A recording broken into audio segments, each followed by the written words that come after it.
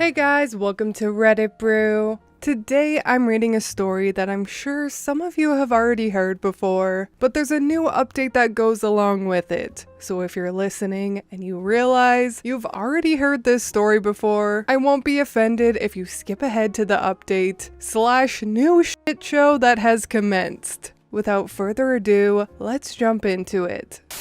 Entitled Grandparents' Horrible Life Revealed During Custody Battle. My husband and I met almost 11 years ago. At that time, he had not known where his only son was and had not seen him for 2 years. Before the disappearance, my husband had been involved in his son's life daily, took him to daycare, and even his son's mom to work. That is, until her boyfriend was arrested and transferred to another state for charges he had there. My husband sold his motorcycle to help her pay bills, but instead of using the money for bills, she packed up and took off to bail her boyfriend out of jail and live in the state he was transported to. He tried for months, talking to her parents to find out information of her whereabouts, but they claimed they didn't know anything. Him and I married right before his deployment, and I decided to start a search, hoping he would be allowed contact with his son before deploying. I was able to find her and discovered she was back in our state and had abandoned her and my husband's child with her parents. She decided to allow my husband visitation, but only if we paid for son's birthday at Chuck E. Cheese. So obviously, we did this gladly. My husband remained in contact daily until his deployment overseas. After deployment, my husband continued to try calling, but they wouldn't answer, and eventually changed their number again. We'd find out later that they were lying and telling son that his daddy didn't want anything to do with him. I continued to monitor her social media and look through records, and discovered that she had several charges in different counties and was on the run. So as soon as my husband returned stateside, we filed for custody. We also discovered that she had abandoned her infant with her brother in another state. So we called CPS. Her parents refused to take this child. They only wanted the child she had with my husband because he was paying child support. Through this process, I had been angry at my husband because he never fought for his rights. But what I learned, and what most men feel, is that he believed he had no rights. He figured he and his family would have to pay support in order to have any type of visitation.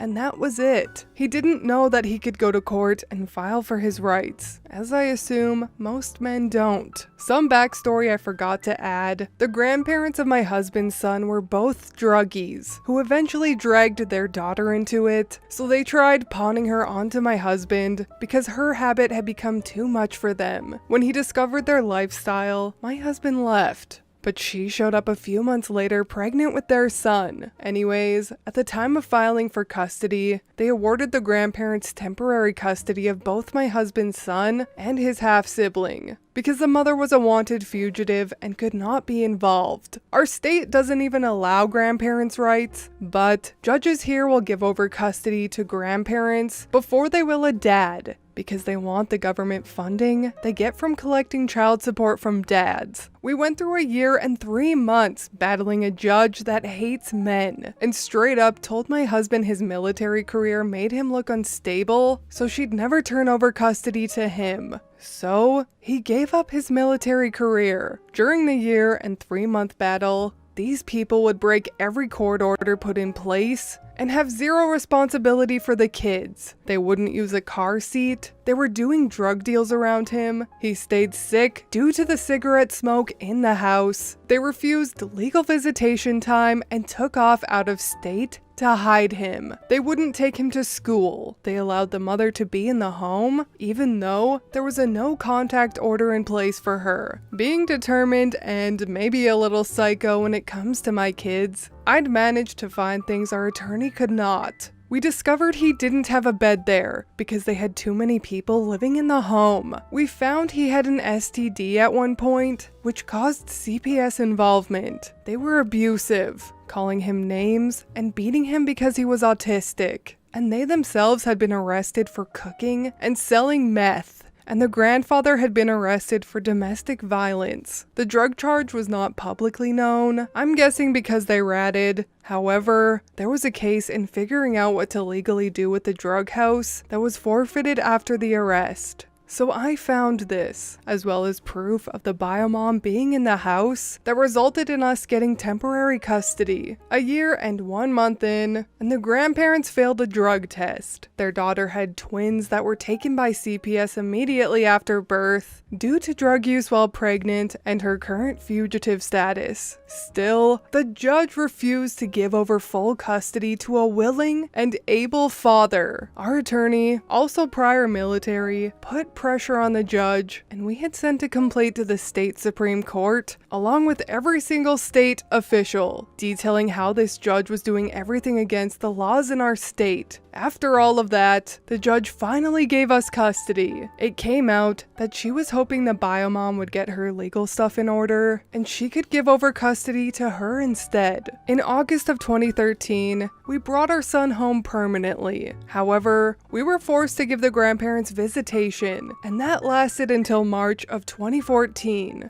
They continued smoking around him, making him so sick, he wound up on multiple medications. They took him to do drug deals, which he told his counselor about. They also told him he wasn't my husband's son, and that they were going to get custody back, resulting in nightmares. They'd also been telling him my husband never loved him or wanted him, which took weeks in counseling and pictures proving otherwise. They put this boy through hell. His teeth were rotted out of his head. He spent his life in front of a TV with cartoons and video games. He only ate fast food and was too weak to pedal a bicycle. He watched his mother get beat, then she'd disappear for hours to go do drugs, leaving him at 3 years old to care for an infant, and used him for child support. These horrible people have not been a part of his life since then. Biomom has done a stint in prison and is once again running from new charges and her probation. He will be 14 this year, and he's very needy with me because I make him feel loved and safe. This child is one of the biggest blessings I've ever had. He is so thoughtful and kind and tries to take care of me. His father is scared to let him go anywhere away from us because of the trauma. I've never met more horrible people in my life, nor have I ever imagined how resilient a kid would be after going through this. He is so very smart, special,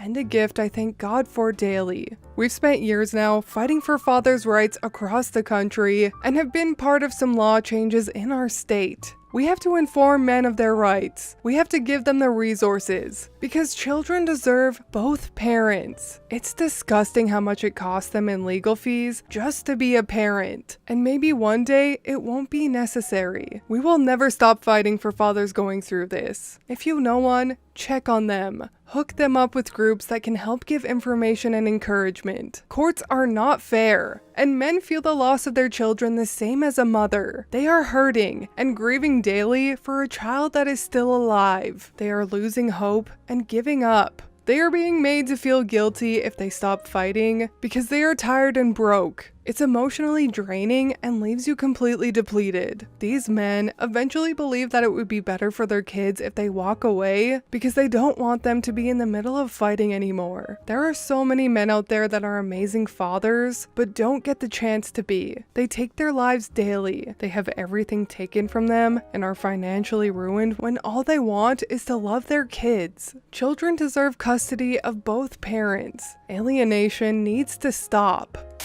Dumpster fire biomom thinks she's getting joint custody. So this is a little bit of an add-on from a previous story I posted nearly a year ago that details our custody battle for our youngest son. Full disclosure, I'm legal stepmom, but have been the only mom he's ever really had. Son was hid from hubby until biomother abandoned him with her parents. We filed for custody when hubby returned home from overseas. A year and 3-month battle in court with grandparents and a man-hating judge before being given custody. Both biomother and grandparents are addicts with mile-long criminal records, and biomother was a wanted fugitive who abandoned 2 kids and lost rights to 2 others from the state because she only did drugs twice while pregnant. So our son is 14, remembers the abuse and neglect, and refuses to have anything to do with that family. He was left alone at 3 to care for an infant so she could go do drugs. Bio mom served less than a year on what should have been a 20-year sentence, with charges such as making and distribution of a controlled substance, check fraud, possession of a stolen vehicle,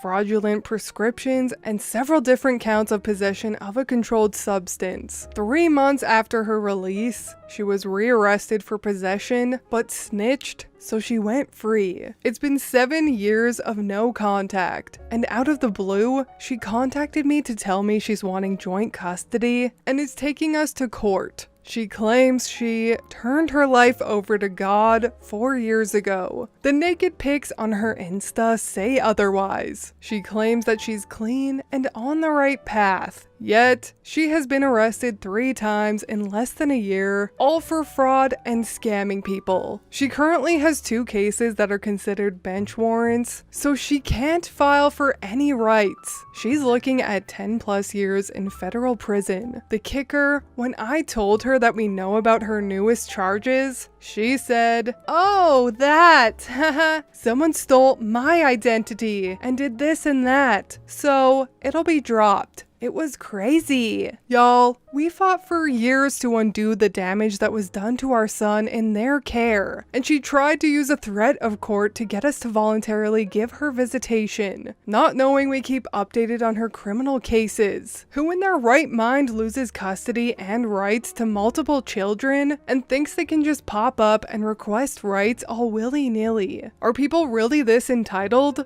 Upon letting her know that our son wants 0 contact with her, his words, she tried saying, "That's only because he knew me when I was an addict. He'll get used to me now." What she also doesn't know is that we no longer live where we did and keep our social media on lock, so we can't be found. So she wouldn't be able to find us to file anything anyway. Our son is in a different and much smaller school, and the school knows about the no contact order. Best part, our social media still show we live in our previous town. A trick I learned from her when she was a wanted fugitive years back. And look, I'm all about equal parenting, and we've done a lot for fathers in our state and advocacy across the globe, but the violence, neglect, and drug abuse in our son's life before we got him obviously hasn't changed. No child should be put through that kind of stuff, and the fact that she's never apologized, never acknowledged anything she's done or taken accountability, continues to take from others yet thinks she's entitled to see our son, it's just insane. I'm sure I'll update at a later date. Popcorn may be needed. Wow, good for OP for swooping in there, helping get her husband's son out of that horrible situation, and standing up for father's rights. As a child that also grew up stuck in the middle of custody battles and got used for child support, this hit for me. In my situation though, my parents were never physically abusive, just greedy as fuck, and there was no parent better than the other. But thankfully, I got to grow up with my grandma, away from both of them. But it's true that judges always seem to favor one parent, and it always seems to be the wrong one. I don't know how CPS is now, but it was a complete joke back then, even only 11 years ago, so I completely believe this story. I can't help but wonder what happened to their son's half-siblings though, especially the infant that the son was taking care of at 3 years old. However, I did talk to this OP briefly, and she stated that she's quite active on these types of videos, and there are a lot of unanswered questions. So if you have any questions for OP in regards to this story, ask them in the comments, and she might possibly answer them if she wishes to do so. But anyways, that is all from me today. I hope you got some value out of that entitled people story, and please leave a like and subscribe. I truly appreciate when you do, and I will see you in the next Reddit story. Bye!